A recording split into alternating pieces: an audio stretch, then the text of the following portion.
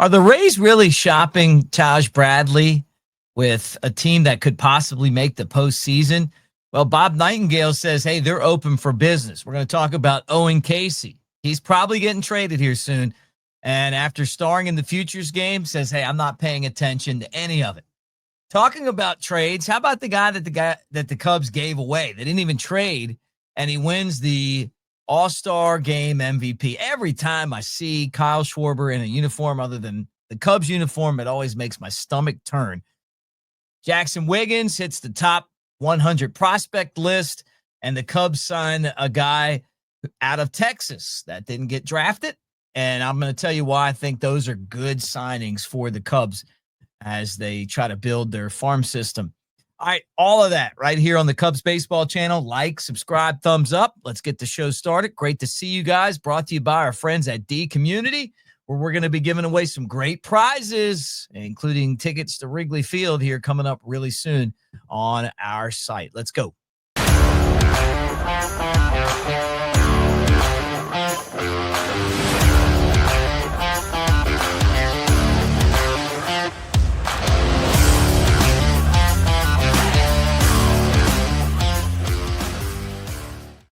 What do you say, everybody? Great to have you on the channel today. I'm Mick Gillespie at Broadcaster Mick, and it is really great to talk to you guys here on the Cubs Baseball channel. All right, let's get this thing started with this right here. Bob Nightengale talking about Taj Bradley possibly being available for teams to try to get in the marketplace. Now, I saw this guy coming up. He's got a great fastball, a former really a top prospect in the Rays system, throws pretty hard and brings, a repertoire that's like a fastball, cutter, splitter, and changeup, or curveball. He's a guy that's interesting. I mean, because I don't think he's kind of hit his prime yet, right? 5-6 with a 4.60 ERA. I mean, it doesn't blow the lid off of what you think he can do. But there's a lot of potential there. Last year made 25 starts. This year's already at 19 starts. He's helped the Rays kind of be one of the surprise teams in the league. Cubs are hunting for pitching right now. And there's a bunch of names that you keep hearing who could potentially be on the Cubs list. We've talked about these names. Sandy Alcantara, who's been terrible this year. Edward Cabrera, who's his teammate, who makes a lot more sense because he's maybe doesn't have the upside, but he's been way more consistent. The Pirates, Mitch Keller. I mean, you're going to trade within your division. We've talked about Duran and Jax, just did a show, Twins relievers. We talked about the guys that are potentially on the Diamondbacks that could help the Cubs out. And talking about Gallen and then would they potentially go after someone like David Robertson? His name's popping up right now. The veteran that actually had really good numbers last year, but nobody signed him. I mean, do you want a guy that's been sitting on his couch, or, could he come and help your team? Yeah, Mets and Yankees are reportedly looking at Robertson. I don't know. I think you can do better than that. Bradley is someone that the Cubs, it sounds like they want to have a lot of, opportunities to keep these guys around. They don't want rentals if they can get them. And Bradley would be that. The Rays are known for making deals, whether it's, like a trade to bring some prospects in or get rid of their best players kind of a year before, maybe a little too soon than too late. And the Cubs want pitching, and this is pitching. This was the first time I heard this name come up, basically Bob Nightengale saying, hey, it'd be great with the Cubs. I don't know that you put him in the ace category, but he's pretty consistent. And the reason I say that is that, to me, if you're going to beat the Dodgers, Bradley's, to me this year, not the guy that if I'm the Dodgers, I'm that worried about, right? I mean, he's not the guy in the rotation that you're going, well, we better watch out for Bradley. That's who the Cubs are throwing at us. And then the other thing is that the Rays are contending right now. in that little tiny ballpark that they can, you know, play playoff games in. They just got that approved. If they make the postseason, hey, let's go to the minor league ballpark and play. And they're doing pretty good playing in that stadium. So we'll see. I think this one's a little bit of a far-fetched kind of far-fetched deal, especially when they went out and traded their first round pick or one of them to Baltimore for a reliever. Yeah, I think they're in it to try to win it right now. I can't imagine them giving up Bradley. Now, the next thing I wanted to get into was Owen Caissie, and basically in an interview again with Bob Nightengale, talking about not paying attention to the trade talks. He's like, hey, I'm not playing GM here. The draft told me that Owen Caissie's getting traded. Now, I know that they took, all those outfielders at the top of the draft, and they're not all the same, right? Like one guy's a fast left-handed outfielder. One guy, the first round picks, kind of like a Kyle Tucker type of guy, 5-tool player that can hit for power.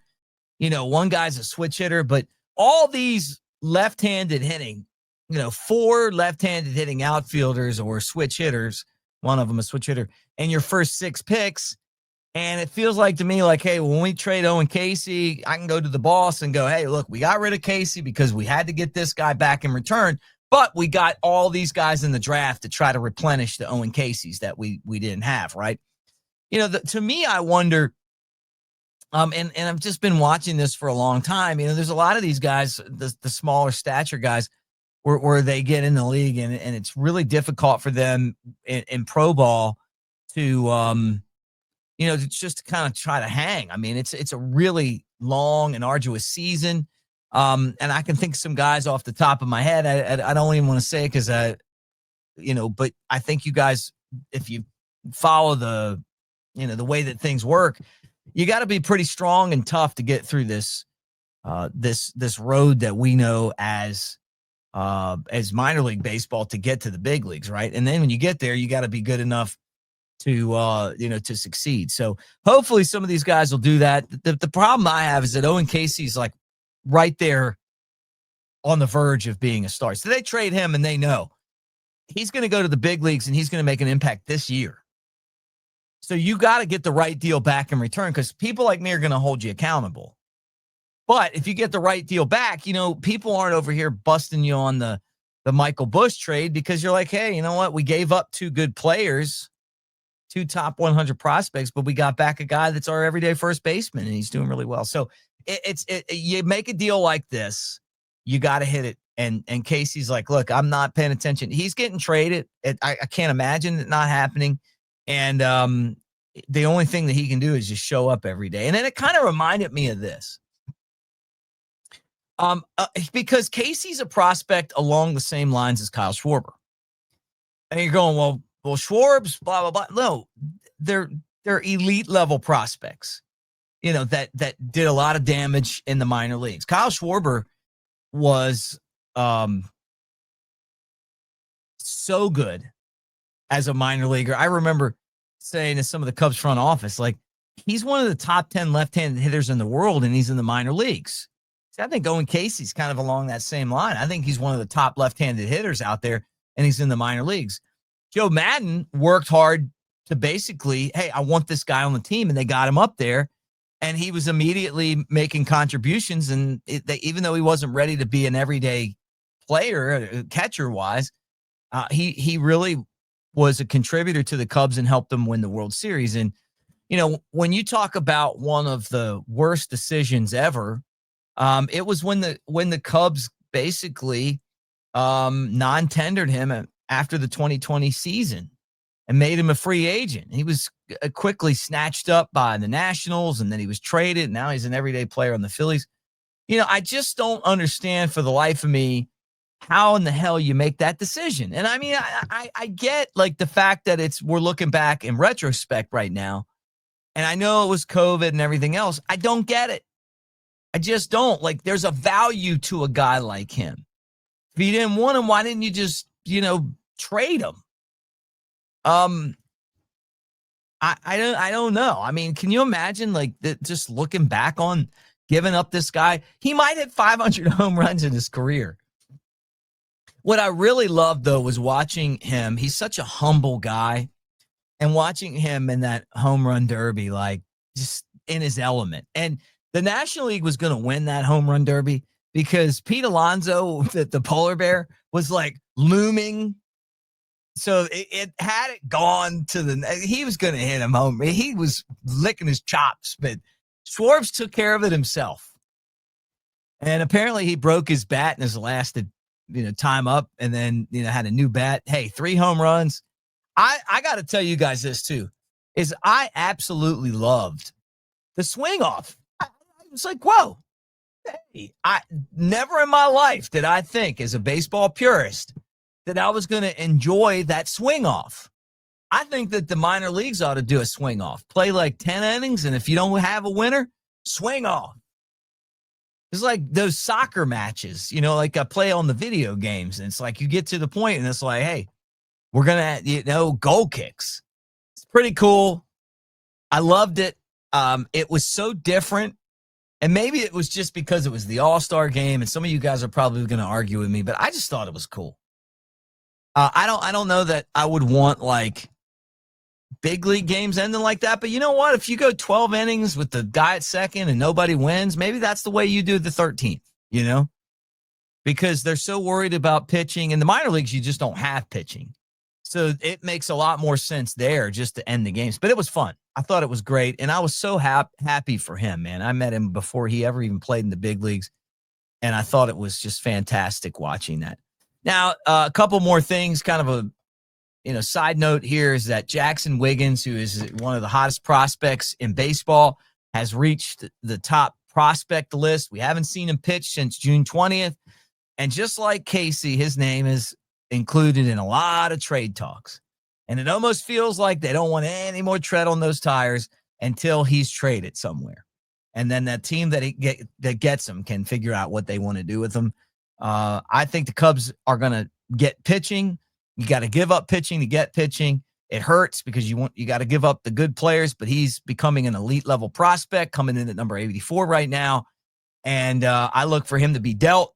And this only helps the Cubs with the value because, when an organization trades you somebody, they got to go to their GM. They got to go to their own. I mean, they got to go to their ownership, the GM does, or their fan base and say, hey, we didn't want to give this guy up, but guess what we got back? We gave up Bradley, but we got Wiggins, right? And Wiggins is a top 100 prospect, so that's a big deal. I'm telling you right now that it's the calm before the storm on this trade deadline. It's coming. And I think Wiggins is definitely a player that is being targeted by teams around the league. Now, the final thing was this is kind of just a little deal here. But when they moved the draft, right, and they basically, used to have like 50, I don't know, what was it? The string bean slinger was drafted in like the 54th round or something. Like now they only do 20 rounds. And then you sign guys as free agents. So when Aiden Moffett was signed by the Cubs, he was a Texas pitcher. This is a guy that's kind of was a highly touted, college guy for a while. He didn't pitch for the Longhorns much, 6 games. And, and then, obviously, that's not going to do a whole lot, but he played at LSU. I remembered him at LSU his freshman season. Pitched for the Tigers, was on that team with Paul Skeens and Dylan Cruz, won a national championship. He's got just amazing stuff, and it's always been trying to figure out how to get that stuff to work on on a more consistent basis. But this is what baseball is right now, right? You do the 20 rounds and then scouts go out and go, hey man, they didn't sign this guy. They didn't sign that guy. We had Tim Wilkin on the channel when we started, who was the Cubs scouting director. You talk about a guy that was just good at finding players that weren't drafted and turning them into big leaguers or finding guys that potentially turned out to be big leaguers. Don't be surprised if you don't turn around and Moffett isn't a guy that, one day's in the big leagues. I think that these are important opportunities to build your organization, and it doesn't necessarily have to be first round picks. Anyway, that's it. We got baseball again tomorrow. Thank you to Connor for jumping on with our draft preview, or really it was like our draft class preview, kind of review of the draft. And it just, I'm going to say it again. It just feels like we're kind of being told that, hey, Owen Caissie's getting traded and we might not sign Kyle Tucker. And that's why we went out and took all those left-handed outfielders in the draft, right? We're taking all the outfielders. Forget about the infielders, a couple pitchers. Like, subscribe, thumbs up, get in the comment section. Tell me what you guys think. Great talking baseball with you on a daily basis. Again, we're building our D community site right now. That's our Web3 location for all things Cubs baseball channel and Cubs baseball, including some great giveaways. All of that stuff is coming dead ahead, and I can't wait for you guys to get the opportunity to interact there. You know, we do a lot of that on the message boards, and we're going to kind of move it to the D community thing, just because why not? You guys like prizes, you like giveaways. Let's do it. Thank you. And we will talk again tomorrow, unless something big breaks. Go Cubs.